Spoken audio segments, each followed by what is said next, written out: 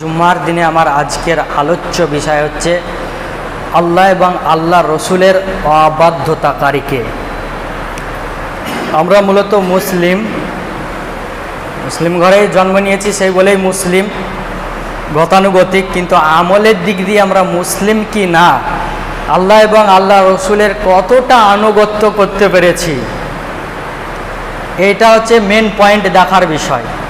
যে কেউ তো মুসলিম ঘরে জন্ম নিলে নিজেকে মুসলিম দাবি করতে পারে, এটা স্বাভাবিক ব্যাপার। সম্মানিত উপস্থিতি, কাতারগুলো একটু মিডিল থেকে পূরণ করুন। জুম্মার এটা আদবের খিলাফ যে দুই সাইডে বসবেন, মিডিল ফাঁকা থাকবে, বরং কাতার পূরণ হয় মিডিল থেকে, দুই সাইড থেকে নয়। সুতরাং মিডিল থেকে বসতে বসতে যাবেন। যাই হোক,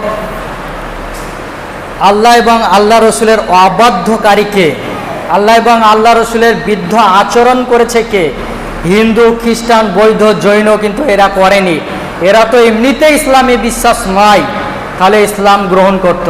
পলিটিক্যাল লিডাররা হিন্দু হোক খ্রিস্টান হোক, তারা এসে ইসলামের কথা বলে যায়।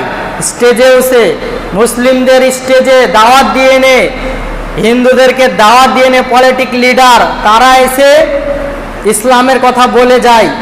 কোরআনের আয়াত কিছু হাদিস মুখস্থ করে এসে বলে যায়, কিন্তু সে ব্যক্তি কি ইসলাম গ্রহণ করেছে? করেনি। মনে রাখতে হবে, নিজেকে ইসলাম বা মুসলিম দাবি করলেই মুসলিম হওয়া যায় না।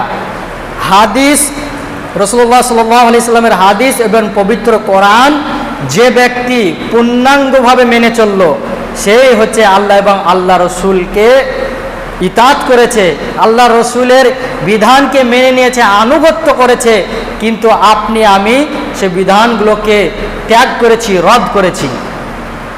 মুসলিমরা খুঁজে পায় না যে আল্লাহ এবং আল্লাহ রসুলের বিধান কিভাবে অমান্য করা হয়, আল্লাহ এবং আল্লাহ রসুলের বিধানকে কিভাবে অমান্য করা হয়, মুসলিমরা খুঁজে পায় না। স্বয়ং আল্লাহ রসুল সাল্লাল্লাহু আলাইহি সাল্লাম বলছেন, সহিহ বুখারী হাদিস নম্বর 6337, আল্লাহ রসুল সাল্লাল্লাহু আলাইহি সাল্লাম বলছেন, কুল্লু উম্মতি ইয়াদখুলুনাল জান্নাহ, আমার প্রত্যেক উম্মত জান্নাতে প্রবেশ করবে। কি সুন্দর বাক্য কথা না? কুল্লু উম্মতি ইয়াদখুলুনাল জান্নাহ, আমার সমস্ত উম্মত জান্নাতে প্রবেশ করবে, ইল্লা মান আবা, তবে সে ব্যতীত যে অস্বীকার করেছে। এ সমস্ত উপর তাওহীদ মসজিদে কোনো এক ব্যক্তি দেখাতে পারবেন সে জান্নাতকে অস্বীকার করেছে? গোটা গ্রাম খুঁজে এরকম একটা লোক বের করতে পারবেন না সে জান্নাতকে অস্বীকার করেছে। তবে আল্লাহ রসুল প্রথম বাক্য বললে, আমার সকল উম্মত জান্নাতে প্রবেশ করবে, তবে ইল্লা মান আবা, যে অস্বীকার করেছে, যেতে চায় না, সে ব্যতীত। সাহাবা کرامরা বুঝতে পারলেন না, জিজ্ঞেস করছেন আল্লাহ রসুলকে, কিলা ইয়া রাসূলুল্লাহ মান আবা, হে আল্লাহ রসুল, আবাকে, জান্নাত অস্বীকারী কে? কে অস্বীকার করলো? আল্লাহ রসুল সাল্লাল্লাহু আলাইহি সাল্লাম বলছেন উত্তরে, ওমান দাখালাল জান্নাহ, যে ব্যক্তি আমার ইতাত করলো, আনুগত্য করলো, সে জান্নাতে প্রবেশ করলো। ওমান আসানি ফাকাদ আবা, যে ব্যক্তি আমার অবাধ্য চললো, আমার বিরুদ্ধে আচরণ করলো, সেই অস্বীকার করলো জান্নাতকে। আপনি আবা খুঁজে পান না সমাজের বুকে? যারা আল্লাহ এবং আল্লাহ রসুলের দ্রোহিতাকে খুঁজে পান না, ওই যে আপনাদের গ্রামে অসংখ্য চার দোকান রয়েছে, সেখানে ভালো ভালো নামধারী মুসলিম নিজেকে আহলুল হাদিস দাবি করতে পারে, তারা মূলত চা খাচ্ছে, টেলিভিশন দেখছে, বিড়ি সিগারেট খাচ্ছে, টেলিভিশনে সিরিয়াল দেখছে, নাটক দেখছে। এরাই হচ্ছে আবা, আল্লাহ রসুলের ভাষায় এরাই হচ্ছে ইসলামের বিরুদ্ধে আচরণ করা। যখন মুয়াজ্জিন কি বলে, হাইয়া আলাস সালাহ, হাইয়া আলাল ফালাহ, সালাতের জন্য এসো, সাফল্যের জন্য এসো, ডাক দেয় না, তখন সে ব্যক্তি কোনো ভ্রুক্ষেপ করে না, আজান হচ্ছে হোক, সেই চার দোকানে আড্ডা পিটায়। এই হচ্ছে হাদিসকে, আল্লাহ রসুলকে অস্বীকার করেছে, আল্লাহকে অস্বীকার করেছে। এরাই হচ্ছে আল্লাহ এবং আল্লাহ রসুলের অবাধ্যকারী। কিছুদিন আগে আপনাদের এখানে একটা জোয়া চালু হয়েছিল, আমি শুনেছি, অবগত হয়েছি। এই জোয়ার ব্যাপারে আমরা স্টাডি করে দেখেছি যে খেলার মধ্যে টাকার হাত জিত অঙ্ক আসে, সেটা হচ্ছে জুয়া। আপনাদের এই ফিল্ডটা হয়েছিল IPL নামক এক খেলা, কেউ গায়ে পেতে নেবেন না, এটা হচ্ছে স্পষ্ট ভাষায় জুয়া। তারপরে আপনি মুসলিম, নিজেকে মুসলিম দাবি করতে পারেন, অথচ জুয়ার সাথে আপনি সম্পর্কিত ছিলেন। আল্লাহ রসুল সাল্লাল্লাহু আলাইহি সাল্লাম বলছেন, কেউ যদি জুয়া খেললো, সে যেন শূকরের রক্তে দুই হাতকে রঞ্জিত করলো। আপনি দুই হাতকে রঞ্জিত করেছেন শূকরের রক্ত। ওই IPL নামক জুয়া খেলে আল্লাহ রাসূল সাল্লাল্লাহু আলাইহি সাল্লাম বলছেন, কোন ব্যক্তি জুয়া খেলেইনি, শুধু বলে যদি চলো জুয়া খায়, জুয়া খেলি, বলছে 10 জনকে কাফারা দিতে হবে।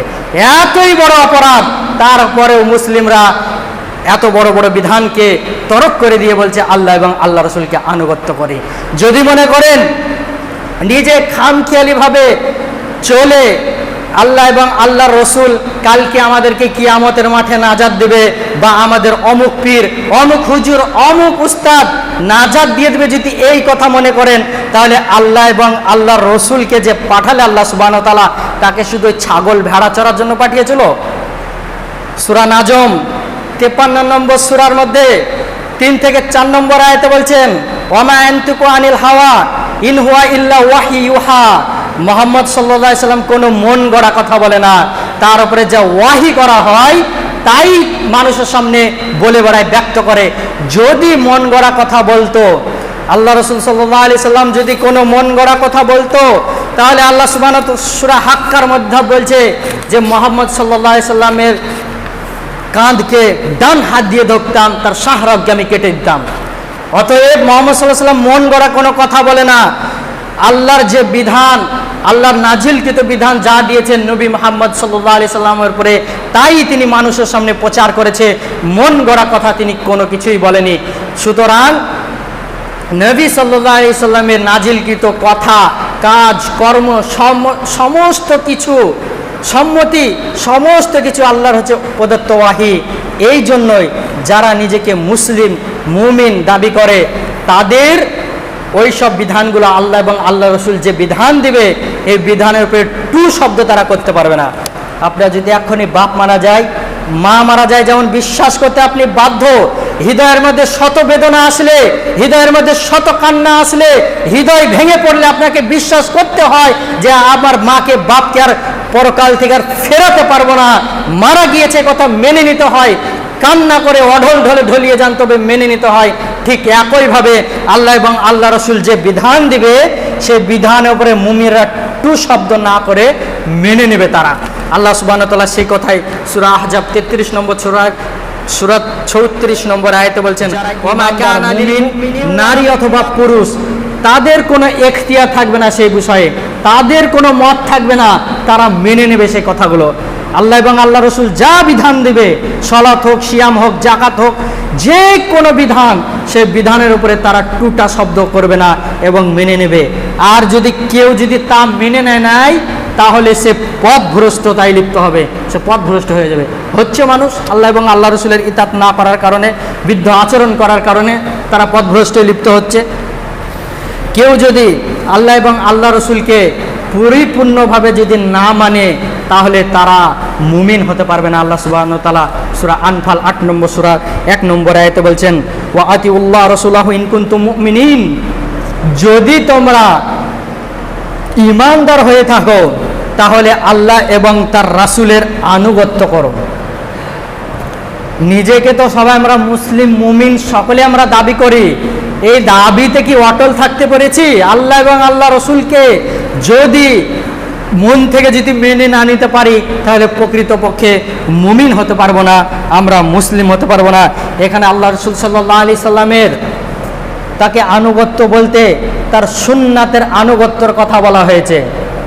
আল্লাহ রসুল সাল্লাল্লাহু আলাইহি সাল্লাম বলছেন, ইন্নী উতিতুল কিতাব ওয়া মিসলাহু ওয়া মাহু, আমাকে আল্লাহ সুবহানাহু ওয়া তাআলা পবিত্র কোরআন দিয়েছে, কোরআনের মতো আর একটা জিনিস দিয়েছে, সেটা হচ্ছে সহিহ হাদিস।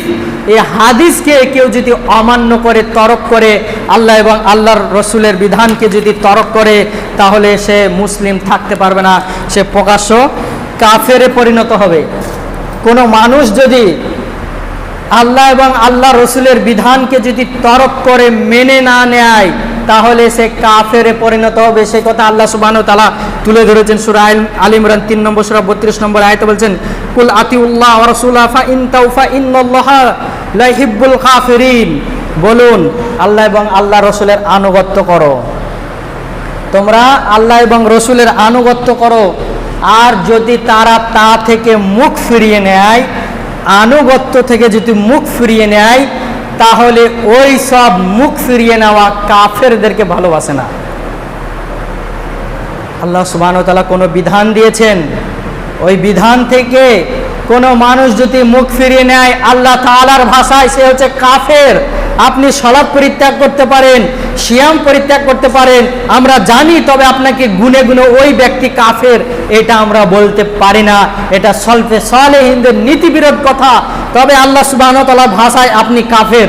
যারাই আল্লাহ এবং আল্লাহ রসুলকে মেনে নেয়নি, তার বিধানকে তরক করেছে, খেয়াল খুশিত হোক, অহংকার বশত হোক, তারা হচ্ছে কাফের আল্লাহ তাআলার ভাষায়।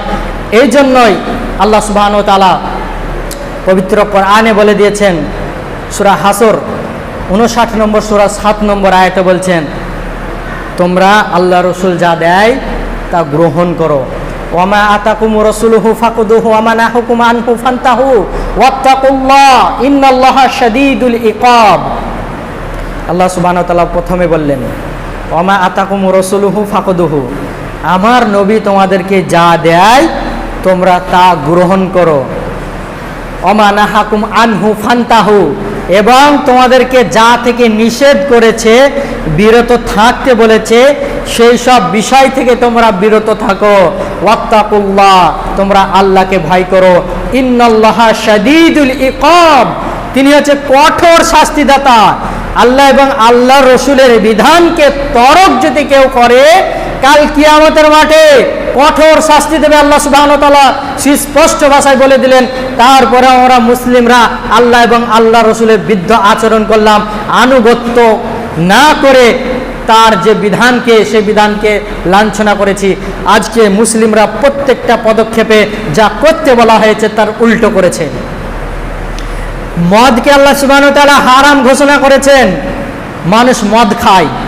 যদি মদকে হালাল করত তাহলে মানুষ আর মদ খেত না, পানি খেত। যদি নামাজ পড়া যদি হারাম হতো, মসজিদে আর জায়গা দিতে পারতেন না। যদি বলা হতো পর্দা করা না করলে কোনো ব্যাপার নেই, তাহলে মহিলারা বেশি বেশি পর্দা করত। ও শীতের সময় নিজের শরীরটাকে ঢেকে রাখে, কেন? শীত লাগে বলে ঢেকে রাখে। গরমের সময় ঢেকে রাখে না কেন? শীত লাগে না বলে ঢেকে রাখে না। আল্লাহ বিধান দিয়েছে তাই তিনি ঢেকে রাখেন না। আল্লাহ বিধান দিলেন ঢেকে রাখতে, কিন্তু তার উল্টো করলো। মানুষকে বলছে তোমরা সুদ খেও না, ও সুদের অঙ্ক নিয়ে বসেছে। সুদের মধ্যে আল্লাহ সুবহানাহু ওয়া তাআলা বলছেন 70টি ভাগ রয়েছে, তার মধ্যে সব থেকে নিম্ন মাইনের ভাগ হচ্ছে নিজের মায়ের সাথে জেনা করা। একবারও বিবেক নাড়া দিয়ে উঠলো না যে আল্লাহ এবং আল্লাহ রসুলের বিরুদ্ধে আচরণ করেন নিজেকে মুসলিম বলে দাবি করছি। আল্লাহ সুবহানাহু ওয়া তাআলা পবিত্র কোরআনে অসংখ্য বিধানের কথা বলা হয়েছে, সে বিধানকে তরক করেছি। তার মধ্যে একটা জরুরি বিধান যেটা তরক করলে মুসলিম থাকা যায় না, সেটা হচ্ছে সালাত। এই সালাতকে মুসলিমরা আজ তরক করেছি। আল্লাহ রাসূল সাল্লাল্লাহু আলাইহি সাল্লাম বলছেন, মান তারাকা সালাতা মুতাআম্মাদান ফাকাদ কাফারা, যে ব্যক্তি এক ওয়াক্ত সালাত পরিত্যাগ করলো সে কাফের হয়ে গেল। এরপরেও মুসলিমরা আল্লাহ এবং আল্লাহ রসুলের আনুগত্য করলো না। এক শ্রেণীর লোকরা শুধু বলছে আল্লাহ রসুলকে আল্লাহকে আনুগত্য করব, কিন্তু রসুলকে আনুগত্য করব না। মানে যে দলটা শুনেছে আহলে কোরআন নামক, এরা হচ্ছে মুনকিরিন হাদিস অস্বীকারী, আহলে কোরআন নয়, তবুও তারা নাম দিয়েছে আহলে কোরআন। তাদের ব্যাপারে একজন বিশিষ্ট তাবি হাসান বসরি রাহিমাহুল্লাহ তিনি বলছেন, ইমরান বিন হুসাইন একজন প্রখ্যাত সাহাবী, তিনি কিছু মানুষকে কোরআনের দার্স দিচ্ছিলেন, শিক্ষা দিচ্ছিলেন। তখন একজন ব্যক্তি বলে উঠল যে আমাদেরকে কোরআন শিক্ষা ব্যতীত অন্য কিছু আর শিক্ষা দেবেন না। ওই সাহাবী ধমক দিয়ে বলল, এই তুমি শোনো, এখানে তোমাকে যদি কোরআনের ওপরে যদি ছেড়ে দেওয়া হয়, তাহলে তুমি কি বলতে পারবে জোহরের সালাত কয় রাকাত, মাগরিবের সালাত কয় রাকাত, এশার সালাত কয় রাকাত, কোন সময় কোন দোয়া পড়তে হয়, কাবার তাওয়াফ করা, 7 চক্কর লাগানো, সাফা মারওয়া তাওয়াফ করা, এগুলো কি কোরআন থেকে তুমি দেখাতে পারবে? সেই লোকটা একদম নিস্তব্ধ হয়ে গেল, নেই তো কোরআনে নেই। তখন সেই সাহাবী আল্লাহর কসম করে বলছে, আল্লাহর কসম করে বলছি তোমরা যদি সেই সব সাহাবীর যদি সুন্নাহগুলো যদি না জেনে নাও, আল্লাহ রসুলের সুন্নাতগুলো যদি না জেনে নাও, অবশ্যই তোমরা পথভ্রষ্টতায় লিপ্ত হবে। আজ আহলে কোরআনরা পথভ্রষ্টতায় লিপ্ত হয়েছে। তার কারণ পবিত্র কোরআনে আল্লাহ সুবহানাহু ওয়া তাআলা বলছেন, ইয়া আইয়ুহাল্লাযীনা আমানু আতিউল্লাহ ওয়া আতিউর রাসূল ওয়া লা তুবতিলু আমালাকুম। যারা ঈমানদার মুমিন তাদেরকে ডেকে বলছেন, তোমরা আল্লাহর আনুগত্য করো, ওয়া আতিউর রাসূল, রাসূলের অনুসরণ করো, ওয়া লা তুবতিলু আমালাকুম, এবং তোমাদের আমল সমূহ বিনষ্ট করো না। এখানে একটা কথা যদি আল্লাহ এইভাবে বলতো তাহলে কথাটা মনে হতো সাজানো গোছানো, তাই না? আতিউল্লাহ, তোমরা আল্লাহর আনুগত্য করো, ওয়া আতিউর রসুল, রসুলের অনুসরণ করো, তাহলে তোমরা জান্নাত পাবে। মানে একটা সাজানো গোছানো কথা। আল্লাহর আনুগত্য করো, রসুলের অনুসরণ করো, তাহলে তোমরা জান্নাত পাবে। কিন্তু আল্লাহ সুবহানাহু ওয়া তাআলা বলছেন, ওয়ালা তুবতিলু আমালাকুম, তোমাদের আমল সমূহ বিনষ্ট করো না। তার কারণ হচ্ছে পবিত্র কোরআনে আল্লাহ যে বিধান দিয়েছে, রাসূল সাল্লাল্লাহু আলাইহি সাল্লামের অনুসরণ করা মানে তিনি যে বিধানের উপরে যেভাবে আমল করেছে ঠিক সেইভাবে আমল করতে হবে। যদি না করেন, ওয়ালা তুবতিলু আমালাকুম, আপনার আমল সমূহ বিনষ্ট হয়ে যাবে। আপনার হুজুর সালাত শিখিয়েছে, আল্লাহ রসুলের দেওয়া সালাত পছন্দ হলো না, আল্লাহ রসুলের দেওয়া বিধান পছন্দ হলো না, হুজুর দা দিয়েছে সেটাই পছন্দ হয়ে গেল। এই কারণে আল্লাহ সুবহানাহু ওয়া তাআলা বললেন, ওয়ালা তুবতিলু আমালাকুম, তোমরা আমল সমূহ বিনষ্ট করো না সেই সব কার্যকলাপ করে। কিন্তু মুসলিমরা সেই সব কার্যকলাপ করে নিজের আমলকে বিনষ্ট করেছে। আমি শুনলাম নাকি একজন বন্ধুর আব্বা তিনি বলছিলেন যে পীরকে মানতে গেলে মানে কত স্টেজ পার করতে হয়, দিয়ে এক পর্যায়ে এসে তাকে নামাজ রোজার কিছু করা লাগে না, মানে সে জান্নাতে প্রবেশ করবে। আশ্চর্য ব্যাপার। এই বড় বিধানের ব্যাপারে আল্লাহ সুবহানাহু ওয়া তাআলা বলছেন, কিছু সংখ্যক মানুষ দেখে জাহান্নামের দিকে ধাকলাতে ধাকলাতে নিয়ে যাওয়া হবে। ফেরেশতারা জিজ্ঞেস করবে, সূরা মুদ্দাসির 42 থেকে 43 নম্বর আয়াতে বলছেন, মা সালাকাকুম ফি সাকর, তোমাদেরকে সাকর নামে জাহান্নামে কেন নিয়ে যাওয়া হচ্ছে, কিসের জন্য ফেলা হচ্ছে আজ সাকর নামে জাহান্নামে? তখন তারা উত্তরে বলবে, ক্বালু লাম নাকু মিনাল মুসাল্লিন, আমরা সালাত আদায় করতাম না, এই কারণে জাহান্নামে নিক্ষেপ করা হচ্ছে। ওই দলের হুজুরও থাকবে, ওর মুরিদও থাকবে, সকলে থাকবে। এই বিধানকে আপনার পছন্দ হলো না, কাল কিয়ামতের মাঠে একটাই ভয়াবহ জাহান্নামে নিক্ষেপ করা হবে বেনামাজি শ্রেণীর দলকে। সেটা হচ্ছে গয়্যা নামক জাহান্নাম। এই জাহান্নাম থেকে অন্য জাহান্নাম পানাহা চাইবে, এতই ভয়াবহ জাহান্নাম। অন্য জাহান্নামরা বলবে, হে আল্লাহ, ওই গয়্যা নামক জাহান্নাম থেকে আমাদেরকে নিস্তার দেন। এতই ভয়াবহ জাহান্নাম। সে জাহান্নামে যারা বেনামাজি তাদেরকে দগ্ধ করা হবে, তাদেরকে নিক্ষেপ করা হবে। এরপরেও কি বলবেন, আপনি আমি আল্লাহ এবং আল্লাহ রসুলকে আনুগত্য করছি। আজকে মুসলিমরা হারাম কাজে লিপ্ত, আজকে মুসলিমরা হারামের দিকে প্রশান্তি খুঁজতে যাচ্ছে, গান বাজনা বাজিয়ে প্রশান্তি খুঁজছে, গান বাজনা বাজিয়ে নিজের মনের অন্তরে দুঃখ বেদনা তাড়না দূর করতে যাচ্ছে। আজকে হচ্ছে না সমাজের বুকে অধিকাংশ যারা আহলুল হাদিস, হানাফি, মালিকি, সাফি, যত প্রকার আপনার মাযহাব আছে, সকল মানুষ মিলে আজ গান বাজনা বাজিয়ে নিজের ছেলে মেয়ের বিয়ে দিচ্ছে। অধিকাংশ জায়গায় দেখছি, হচ্ছে না? বিয়ে শাদী দিচ্ছে। আনিল তানহা ফাহশাই ওয়াল মুনকার, নিশ্চয় সালাতই পারে সমস্ত কিছু নোংরা অশ্লীল কার্যকলাপ দূর করতে। কিন্তু এই বিধান আপনার পছন্দ হলো না, আপনার ছেলের বিয়ে দিচ্ছেন, মেয়ের বিয়ে দিচ্ছেন, ভালো কথা, তারপরেও গান বাজনা বাজিয়ে ছেলে মেয়ের বিয়ে দিচ্ছে। এটা হারামকৃত বিধান মুসলিমরা বেছে নিয়েছে। মুসলিমদের একটা টার্গেট হচ্ছে আল্লাহ এবং আল্লাহ রসুল যা বিধান দিয়েছে তার উল্টোটা করব। তা করছে তারা উল্টোটা।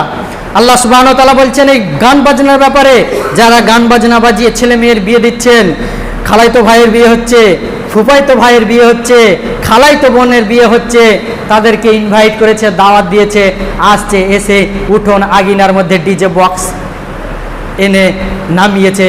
সেখানে এবার ছেলে মেয়ে পুরুষ একীকৃত হয়ে নাচানাচি করছে, আনন্দ ফুর্তি করছে। কালকে আমার খালাইতো ভাইয়ের বিয়ে, ফুফাইতো বোনের বিয়ে, একটু আমোদ ফুর্তি করে নি। এদের ব্যাপারে আল্লাহ সুবহানাহু ওয়া তাআলা কঠোর হুঁশিয়ারি করে বলেছেন। সূরা লুকমান 31 নম্বর সূরার 7 নম্বর আয়াতে বলছেন, অমিনান নাসি মাইয়াশতারি লাহল হাদিস লিউদিল্লা আন সাবিলিল্লাহি বিগাইরি ইলমি ওয়া ইয়াত্তাখিদাহা হুজওয়া উলাইকা লাহুম আযাবুন মুহিম। কিছু মানুষ আছে যারা ওয়াসার বাক্য ক্রয় করবে আল্লাহর পথ থেকে বিচ্যুত করার জন্য এই গান বাজনা। একজন যুবকের মুখ থেকে শুনলাম, সে গান বাজনা বাজাচ্ছে আর বলছে তুজমে রব দিখতা হে আরামে ক্যা করো, মানে ওই মহিলার দিকে আল্লাহকে দেখছে, একদম শিরকি কথা। এই কথাকে মুসলিমরা বিয়ে শাদীতে বাজিয়ে নিজে ধুমধাম করে বিয়ে দিচ্ছে। কেন নিজের ছেলেটাকে গান বাজিয়ে বিয়ে দিতে গেলেন?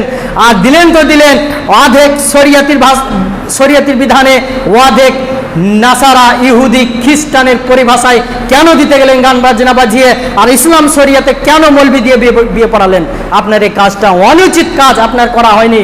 কাল কিয়ামতের মাঠে যারা গান বাজনা বাজিয়ে বিবাহ শাদী দিচ্ছেন, কাল কিয়ামতের মাঠে গরম সীসা গরম করে দিয়ে আপনার কানে ঢেলে দেওয়া হবে। আল্লাহ এবং আল্লাহ রসুলের অবাধ্য করে কাল কিয়ামতের মাঠে আপনি আমি এমনি নাজাত পেয়ে যাব। যারা এই গান বাজনা বাজাচ্ছে, বিয়ে শাদিত হোক, যে কোনো অনুষ্ঠানে হোক, নারী পুরুষ একাকার করে মিলে যাচ্ছে, কাল কিয়ামতের মাঠে এরা ভয়াবহ পরিস্থিতিতে পড়বে আর এই দুনিয়াতে কিছু আযাবের সম্মুখীন হতে হবে। আল্লাহ সুবহানাহু ওয়া তাআলা বলছেন এই সব কুকর্মগুলো যখন সমাজের বুকে বেড়ে যাবে, জিলজালা ইদা জুলজিলাতুল আরদু জিলজালাহা, তখন এই প্রকল কম্পিত হয়ে পৃথিবীটা কেঁপে উঠবে।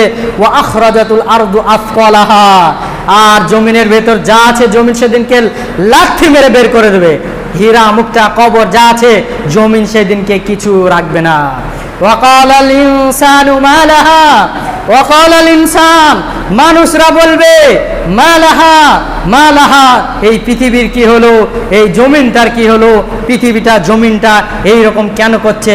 ইয়াউমা ইদিন তুহাদ্দিসু আখবারাহা, সেদিন জমিনের উপরে যত পাপ করেছিলেন, আপনি অমুক জায়গায় জিনা করতে গিয়েছিলেন, অমুক জায়গায় গান বাজনা বাজিয়েছেন, অমুক জায়গায় মদ পান করেছেন, যত কুকর্ম করেছেন জমিন সেদিনকে প্রকাশ করে দেবে, কোনো কিছু গোপন রাখবে না। তার একটাই কারণ, বিআন্না রাব্বাকা আওহা লাহা, তার প্রতিপালক মাটিকে নির্দেশ করেছে। এই মাটি কাল কিয়ামতের মাঠে কথা শুনবে।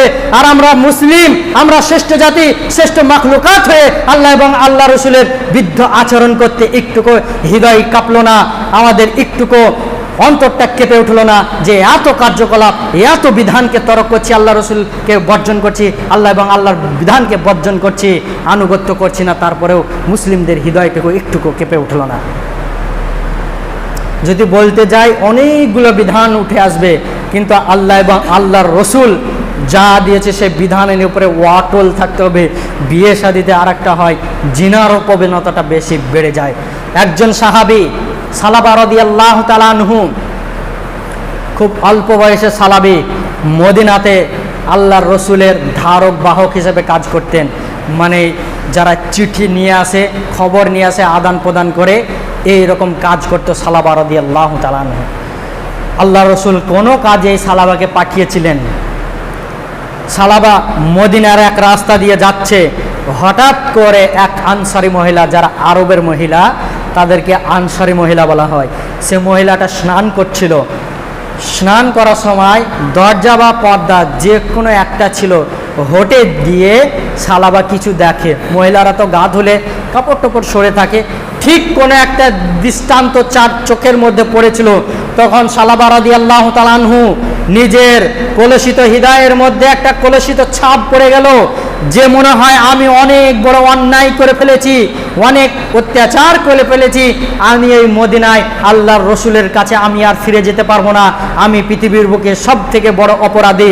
যদি এ কথা ওয়াহি হয়ে আল্লাহ রসুলের কাছে পৌঁছে যায় যে সালাবা এইরকম একটা বেগানের নারীর দিকে দৃষ্টান্ত দিয়েছে, একটা অপরাধের কারণে আজ আমরা হাজারো নারীকে এই চোখ দিয়ে আমরা দেখি, কিন্তু সালাবা একটা অপরাধের কারণে সে চলে গিয়েছিল পাহাড়ের চূড়ায়।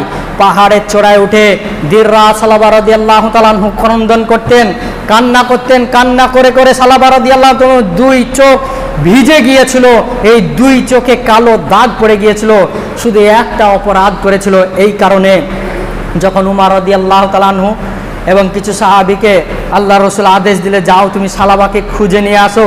যখন খুঁজতে খুঁজতে সে পাহাড়ের চূড়ায় গিয়ে উপস্থিত হলো, বেদুইনরা ছাগল চড়াচ্ছিল, তাদেরকে জিজ্ঞেস করলো, এই রকম একজন বালককে দেখেছো তোমরা? তার দেহের গঠন সম্পর্কে বললে এইরকম এরকম দেখতে। তখন বলছে, হ্যাঁ, একজন এরকম বালককে দেখেছি, সে এই পাহাড়ের চূড়ায় উঠে এমনভাবে কান্না করতে থাকে, তার রবের দরবারে এমনভাবে অশ্রু জহায়, না জানি সে কোনো অপরাধ করেছে, এই অপরাধের কারণে দিন রাত কান্না কাটে এবং সন্ধেবেলায় এসে এক পেয়ালা দুধ খায় আর এক পেয়ালা নিয়ে যায়। সেই সালাবা যখন নেমে আসলো, উমর রাদিয়াল্লাহু তাআলাকে দেখে হাউমাউ করে কাঁদতে লাগলেন আর বলছে উমর রাদিয়াল্লাহু তাআলাকে যে আমার মুনাফিক হওয়ার ব্যাপারে মদিনায় কি কোনো আয়াত নাজিল হয়েছে? তখন বলছে, না সালাবা, সেরকম কোনো আয়াত নাজিল হয়নি। যখন সালাবাকে নিয়ে যাওয়া হলো আল্লাহ রসুল সাল্লাল্লাহু আলাইহি সাল্লামের কাছে, সালাবা আল্লাহ রসুলকে দেখে একদম কান্না করতে করতে লুটিয়ে পড়লেন, আল্লাহ রসুলের কোলে মাথা দিয়ে লুটিয়ে পড়লেন এবং টস টস করে কাঁদছে। আল্লাহ রসুলকে বলছেন, হে আল্লাহ রসুল, আমার মুনাফিক হওয়ার ব্যাপারে কি কোনো আয়াত নাজিল হয়েছে? তখন বলছেন, না সালাবা, সেরকম কোনো আয়াত নাজিল হয়নি। তোমার যে ইস্তেগফার, তোমার যে ক্ষমা, তোমার যে আল্লাহ এবং আল্লাহ রসুলের প্রতি আনুগত্য, এই কারণে আল্লাহ সুবহানাহু ওয়া তাআলা খুশি হয়ে তোমাকে ক্ষমা করে দিয়েছে। বলতে বলতে সালাবা রাদিয়াল্লাহু তাআলা বলছেন, হে আল্লাহ রসুল, আমার এই মাথা এবং এই পিঠে যে শিরদাঁড়া রয়েছে এর মাঝখান দিয়ে মনে হচ্ছে পিঁপড়ে যাচ্ছে। তখন আল্লাহ রসুল বললে, তোমার মৃত্যুর সময় এসেছে, ওটা মৃত্যুর ফেরেশতা, তুমি লা ইলাহা ইল্লাল্লাহ ওয়া আন্না মুহাম্মাদুর রাসূলুল্লাহ এই কালিমা পাঠ করতে লাগলো। পাঠ করতে করতে মারা গেল। তারা এইরকমভাবে আনুগত্য করেছিল, সামান্য একটু চোখের দৃষ্টি চলে গিয়েছিল, তাহলে কিভাবে আনুগত্য করেছিল তারা। কিন্তু আপনি আমি সে আনুগত্য করতে পারলাম না, সমাজের বুকে শিরক বিদআত উঠাতে পারলাম না। সব থেকে বড় ধরনের অপরাধ আল্লাহ রসুলকে অপমান করা হচ্ছে বিদআত করা, যা বেশিরভাগ সমাজে মাথা চাড়া দিয়ে উঠেছে সমাজের বুকে। সেটা হচ্ছে বাপ মা মারা গেলে খানা করা। এটা কোন পদ্ধতি, কোথায় পেলেন আপনি? স্বয়ং আল্লাহ রসুল সাল্লাল্লাহু আলাইহি সাল্লাম যুদ্ধতে গিয়েছিলেন। জাফর বিন আবু তালেব যখন মারা গেলেন, তখন সাহাবা একরামকে উদ্দেশ্য করে বলছেন, তার বাড়িতে শোকের সংবাদ দাও আর তার পরিবারের জন্য খাবার দাবারের ব্যবস্থা করো। একদিন নয়, 3 দিন বহন করতে হবে। আপনার বাপটা মারা গিয়েছে, টাকা পকেট থেকে টাকা বার করে কেন আপনার গরু কেটে, কেন মাংস এনে, মাছ এনে আপনাকে খানা করতে হবে? সুস্পষ্ট বিদআত। আর আপনার আজকে খুশির দিন নয় যে মেয়ের বিয়ে দিচ্ছেন, ছেলের বিয়ে দিচ্ছেন, তাই পাড়া প্রতিবেশীকে আত্মীয় স্বজনকে খাওয়াতে হবে, মাংস এনে গরু জবাই করে আপনার শোকের ছায়া কিভাবে বাপটাকে কবরস্থ করা হয় এই নিয়ে ব্যতিব্যস্ত থাকবেন, আর আপনি খানা নিয়ে পড়ে থাকলেন। এটা হচ্ছে চরম অন্যায়। আল্লাহ রসুলকে অপমান করা একমাত্র বড় হাতিয়ার হচ্ছে বিদআত করা। এই বিদআতের দিকে মানুষ ঝুঁকে রয়েছে, একদম খাইয়ে মনে হচ্ছে জান্নাত পেয়ে যাবে। আল্লাহ রসুল সাল্লাল্লাহু আলাইহি সাল্লাম বলছেন, মানুষ মারা গেলে সকল আমল বন্ধ হয়ে যায় 3টি ব্যতীত। ওই 3টি করেন না আপনি। কেন আপনি খানা করতে গেলেন? কেন বিদআত চালু করলেন? আল্লাহ রসুল সাল্লাল্লাহু আলাইহি সাল্লাম বলছেন, কুল্লু বিদআতিন দালালা, প্রত্যেক বিদআত হচ্ছে গুমরাহি, পথভ্রষ্ট। ওয়া কুল্লু দালালাতিন ফিন্নার, আর প্রত্যেক বিদআতের পথ হচ্ছে জাহান্নাম। এই জাহান্নামের পথ আপনি আমি বেছে নিতে এতই আগ্রহী, আল্লাহ এবং আল্লাহ রসুলের একটুকু ভ্রুক্ষেপ করলাম না, একটু তার বিধানগুলোকে মেনে নিতে পারলাম না। আজকে অধিকাংশ মানুষ আল্লাহ এবং আল্লাহ রসুলের বিধানকে তরক করেছে, কোনো কথাই তাদের কানে ঢুকে না, একদম কান তালাবদ্ধ করে দিয়েছে। যদি আল্লাহ এবং আল্লাহর দিকে যদি ফিরে না আসেন, আপনি প্রকাশ্যই পথভ্রষ্ট হবেন, কাফের হবেন, ইসলাম থেকে বেরিয়ে যাবেন। কাল কিয়ামতের মাঠে আপনার কোনো নিস্তার নেই। আল্লাহ এবং আল্লাহ রসুলকে হৃদয় স্থল থেকে মেনে নিতে হবে। মনে রাখতে হবে যে সহিহ হাদিস এটা হচ্ছে আল্লাহ রসুলের বানাইট কথা নয়, বরং আল্লাহর বিধান হচ্ছে রাসূলুল্লাহ সাল্লাল্লাহু আলাইহি সাল্লামের উপরে মারফতে পূর্ণতা দান করেছেন। তার কারণ আল্লাহ সুবহানাহু ওয়া তাআলা বলছেন, লাকাদ কানা লাকুম ফি রাসূলিল্লাহি উসওয়াতুন হাসানা, তোমাদের রাসূল সাল্লাল্লাহু আলাইহি সাল্লামের মাঝে রয়েছে উত্তম আদর্শ। পূর্ণতা দিয়েছে আল্লাহ সুবহানাহু ওয়া তাআলা রসুলের মাধ্যমে, যে কিভাবে আমল করতে হবে, কিভাবে নামাজ আদায় করতে হবে, কিভাবে তার বিধিবিধান মেনে চলতে হবে, সবই বিধান আল্লাহ রসুলের উপরে চাপিয়ে সমস্ত মানুষকে দেখিয়ে দিয়েছেন প্র্যাকটিক্যাল, যে এগুলোভাবে করতে হবে। তার কারণ যত বিধান হচ্ছে আল্লাহর, নবীর ইচ্ছাকৃত কোনো বিধান তিনি দেননি আমাদের উপরে চাপিয়ে। সুতরাং যারা মুসলিম দাবি করে, যারা মুমিন দাবি করে, যদি বিকল্প কোনো পথ খুঁজতে যায়, নাস্তিকও হয়ে যাবে। সম্মানিত উপস্থিতি, পরিশেষে আপনার কাছে একটাই নসিহাত যে আল্লাহ এবং আল্লাহ রসুলের আনুগত্য করেন। আনুগত্য ছাড়া বিকল্প কোনো পথ নেই।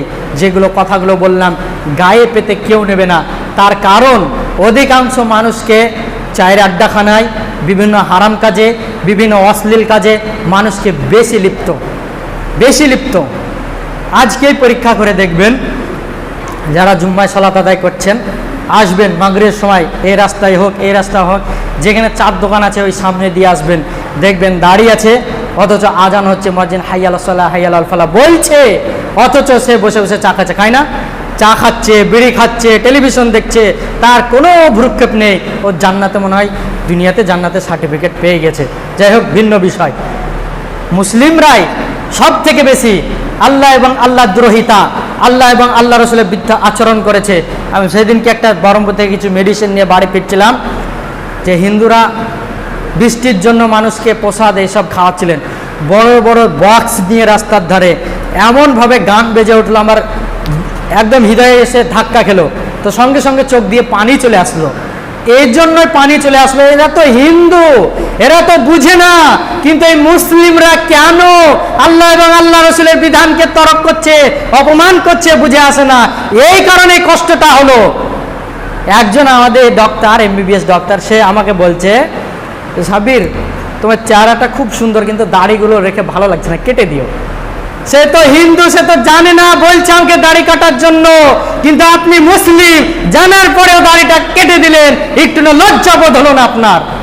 সে তো হিন্দু, সে তো গান বাজাবে, সে তো দাড়ি কাটবে, সে তো আজানের সময় মসজিদে পাশ দিয়ে হেঁটে চলে যাবে। তার তো নেচার, সে তো আল্লাহকে চিনেনি, রসুলকে চিনেনি। আপনাকে দিন রাত জুম্মার বলার পরেও আপনি আল্লাহ এবং আল্লাহ রসুলকে চিনতে পারলেন না। আপনার জীবনে শত অনাইদিক।